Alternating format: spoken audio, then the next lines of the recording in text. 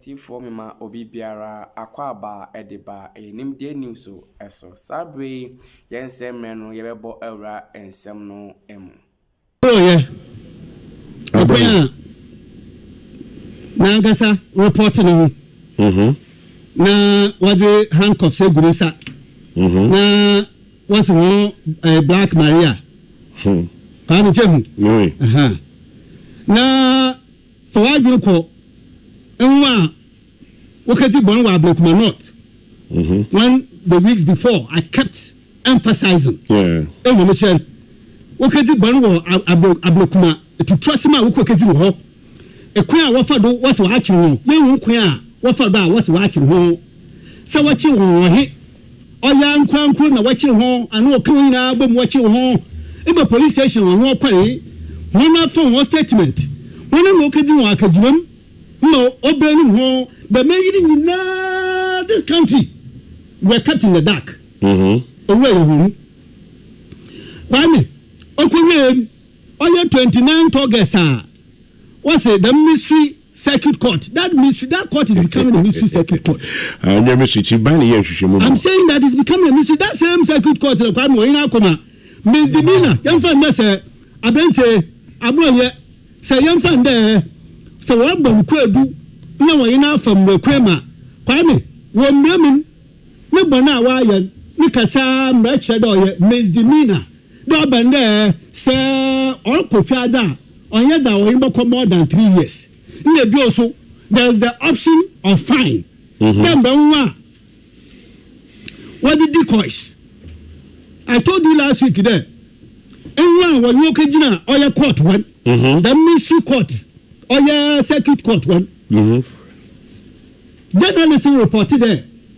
The faces which were lined up there were not the faces that we see in the videos and the pictures. Yeah. It's my police if we are in there. What the decoys?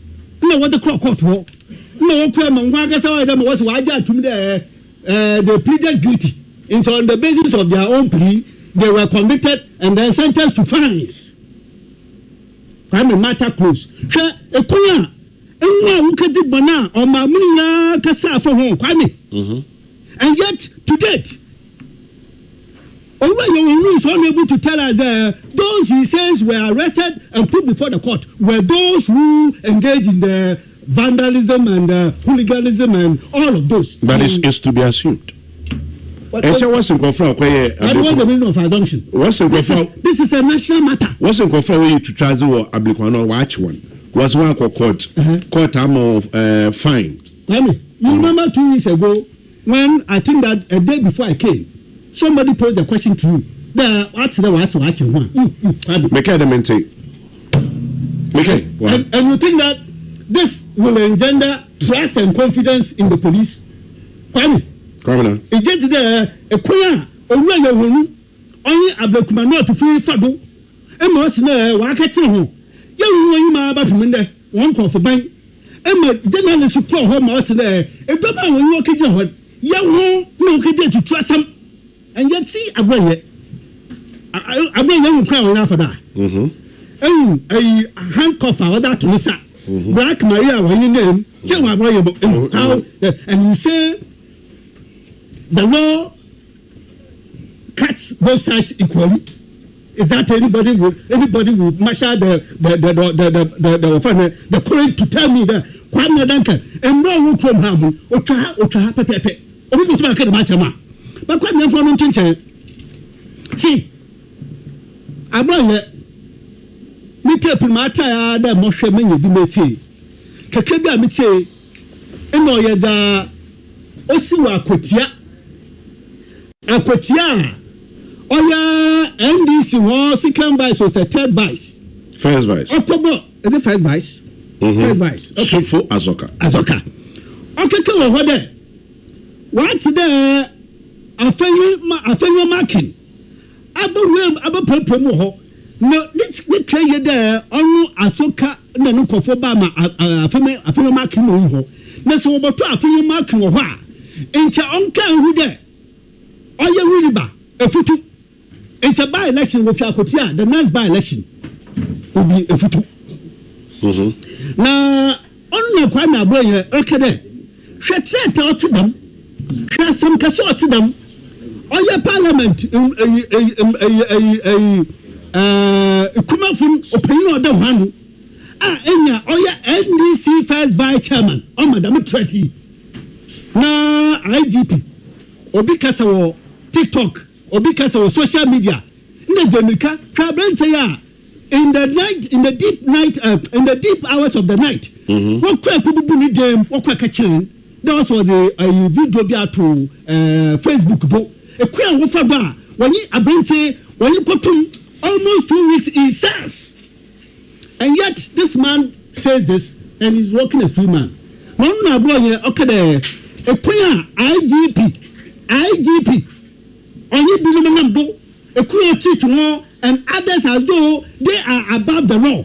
Other ahoroba kakra kan Kwame me ntum kan we free do odi ahoroba kakra odi kan one kase ye and but Kwame but Kwame I agree with you.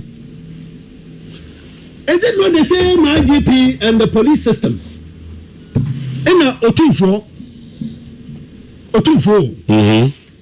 Kwame, why should I go back going to for my Batman? A court of appeal judge. Kwame, court of appeal judge. No. Why she said na huba I can someone after me. Yeah, the court of appeal judge to her. Kwame, there's no conceivable leader, whether a faith, traditional, none. I want Shana Huba will come here. This person, the same IGP and the national security, Kwame, they gave him all the protection he could get. And see, IGP Yohuno or Pacha there, only the Sawashana Huba or say, but Kwame, then his point he is putting across is that the people are watching Huba going to. Kwame, IGP Yohuno is telling us that Otunfo Huba Wadashan, Oya will find a court of appeal judge, Huba Wadashan, Oya will find the overlord of Achim, what's his name? Sergeant Famwetia Olimpa. IGP Yohuno, that is what he's telling us. Others to be insulted left, right, center. And he was the one who gave the shield, the protection to this guy for him to be shielded in the residence of the vice president. Rumor. Kwame, has it been counted? No. Has anything else? Have we been told something to the contrary? Nothing but many evidence. It's but Kwame, until it is rebutted. Until it is rebutted. The people in there, in the Wakasa, what information about there, this is what has happened. Kwame, the only thing, President Mama on social media. He sat on social media and told President Akufo-Addo that he was corrupt and a thief. Corrupt and a thief. But only the on Pedanankasa or the direct inti. What point in Yanum? What point also Asante Bedi to Bumpty, and Bumpty was never part of Akufo-Addo's government. We find Gabriel Atrodako that these are the persons he has appointed who will steal and settle him well in his retirement. Oya President Mahama, social media, he was being interviewed by on Pan-African television. African television. He called President Akufo-Addo corrupt and a thief. And he did not just leave it there. Maybe he was a political leader. He could insinuate. But private persons are Kwame. Private persons, Bumpty,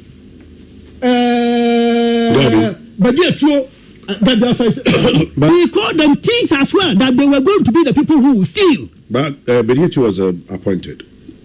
But he was dealing with power, where power was, which is the president. Appointed by the president. I'm saying there, if the job was for the president, he decided to bring these others. Okay. In there. Kwame, nobody, not a whimper. And the Makabai there, say your MPP, Nasa Kasa, Yohuno will come after you. Yohuno, be told that power is not forever.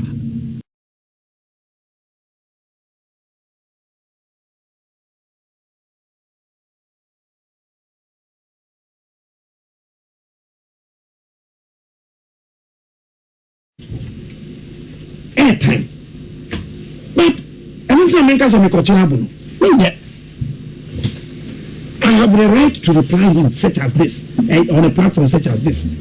And then pana Kwame Bafo 1 year enti prayer fast so no airtime. No mukuta oman to me, mu yisu a mu de ye adwuma, mu susu. Na oman to me die, ye defend from enti order emre ye ninka so. Tell them of your book I'm a client, and the note he gave me in that book when he gifted it to me was that it should guide my politics. It changed me after reading it. You know, Nkrumah never dies. Nkrumah does no wrong. Was coined by tell them of you. Yes. In the book was some kind of media. By Nkrumah's side.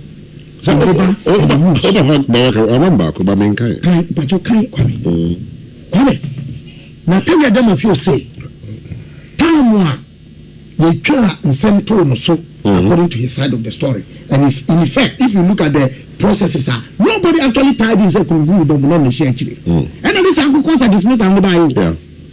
Also, there was only one person who could order his arrest. It was Kwamena. The man he had deified. The man said he never does wrong. Yes. He never dies. And what he says is that history and providence had taught him. Say Emre in Ninkaso. History and providence has taught him. No, I am before ya. The ya make and say, enti the ye baby. Ye say, yo babiko. I maybe say back on after yes. Obama Penyinku for the criminal libel or the repeal. Yes. Because the then Attorney General Adodankwa Akufo-Addo. That's right. And the core Parliament Kokambro from free. But you see, freedom of speech should also go with responsibility. That's right. Until the fact to say you say Ubitimia Kasano. Sebi, I know say the cancer tra it didn't go fatten and answer Ubi Yebino. Nipa can answer Ubia money dear.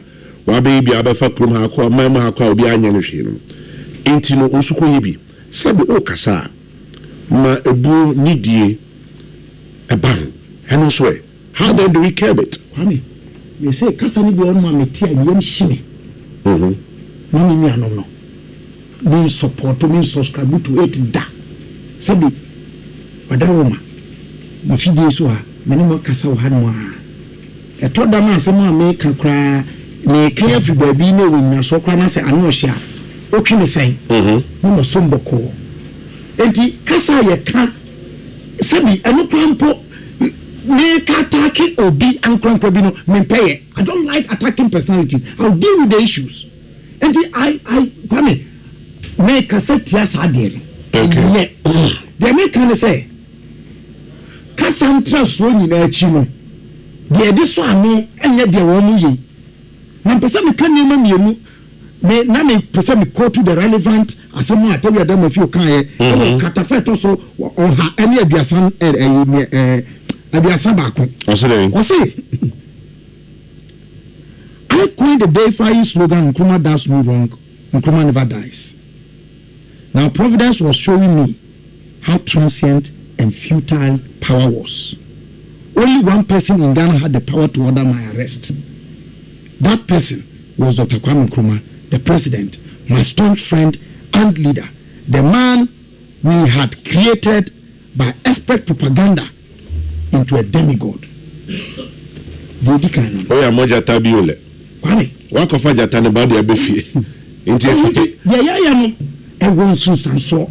A point will come. No more dear try, yes, and yes, and then I catch it, she bind. So then I'm way out running. And someone market can't I have this paper, this small booklet. You know what it is? What? statement by former Professor John Evans Atamios, 2004 MDC presidential candidate, on conflict signals within the Ghanaian society at a press conference held in